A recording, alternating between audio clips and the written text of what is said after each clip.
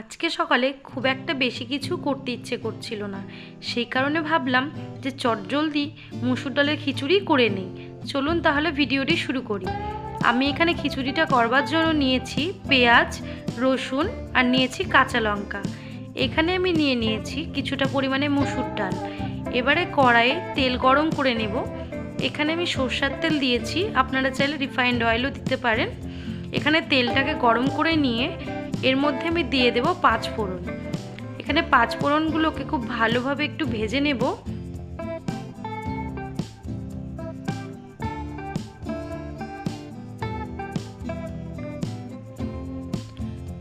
পাঁচ ফোড়নগুলো ভাজা হয়ে গেলে এর মধ্যে আমি দিয়ে দেব কেটে রাখা পেঁয়াজগুলোকে।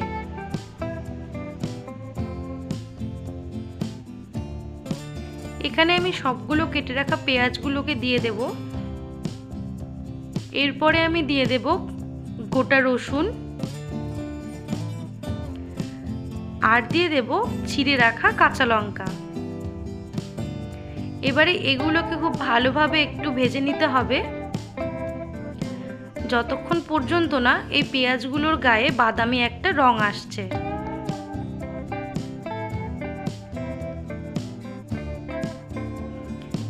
কিছুক্ষণ ভাজার পরে এর মধ্যে আমি দিয়ে দেব সামান্য পরিমাণে একটু নুন, যাতে করে পেঁয়াজগুলো খুব ভালোভাবে একটু নরম হয়ে যায়। এবারে আমি চাল আর ডালটাকে খুব ভালোভাবে ধুয়ে রেখেছিলাম। এবারে চাল আর ডাল থেকে কিছুটা জল ঝরিয়ে দিয়ে এবারে আমি এর মধ্যে দিয়ে দেব। চাল আর ডাল দিয়ে খুব ভালোভাবে একটু নেড়েচেড়ে নিতে হবে। চাল আর ডালটাকে নাড়াচাড়া করে নিয়ে এর মধ্যে দিয়ে দেব কিছুটা পরিমাণে নুন। আমি একবারে এখানে নুন অ্যাড করছি না, আমি কিছুটা পরিমাণে নুন অ্যাড করছি এখানে। এবারে দিয়ে দেব সামান্য পরিমাণে হলুদ। এবারে নুন আর হলুদ দিয়ে খুব ভালোভাবে আবারও একটু মিশিয়ে নিতে হবে। এই মুসুর ডালের খিচুড়িটা কিন্তু ভীষণই ভালো লাগে খেতে, এবং কোনো খাটনি ছাড়া খুব কম সময়ে আপনারা কিন্তু এই রেসিপিটি করতে পারেন। দেখুন, আমি চাল আর ডালটাকে দিয়ে খুব ভালোভাবে পেঁয়াজ আর রসুনগুলোর সাথে ভেজে নিয়েছি। এই চাল আর ডালগুলোকে খুব ভালোভাবে একটু ভেজে নিতে হবে, যতক্ষণ না পর্যন্ত এর থেকে খুব ভালো একটা সেন্ট বেরোচ্ছে। এবারে আমি এর মধ্যে দিয়ে দেব কিছুটা পরিমাণে জল। আপনারা এখানে চাল যতটা নেবেন ঠিক তার ডবল জল অ্যাড করবেন।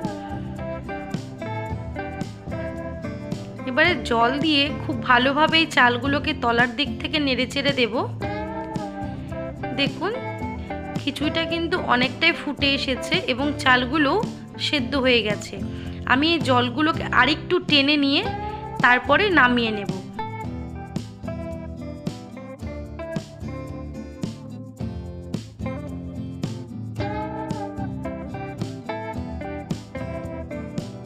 দেখুন, আমি একটু শুকনো শুকনো করেছি খিচুড়িটা। দেখুন, দেখেই বুঝতে পারছেন কতটা সুন্দর হয়েছে। আমার এই ভিডিওটি ভালো লেগে থাকলে অবশ্যই লাইক, কমেন্ট, শেয়ার করে জানাবেন। আর আমার ভিডিওটি ইউটিউব থেকে দেখে থাকলে অবশ্যই সাবস্ক্রাইব করবেন, আর ফেসবুক থেকে দেখে থাকলে অবশ্যই ফলো করে পাশে থাকবেন।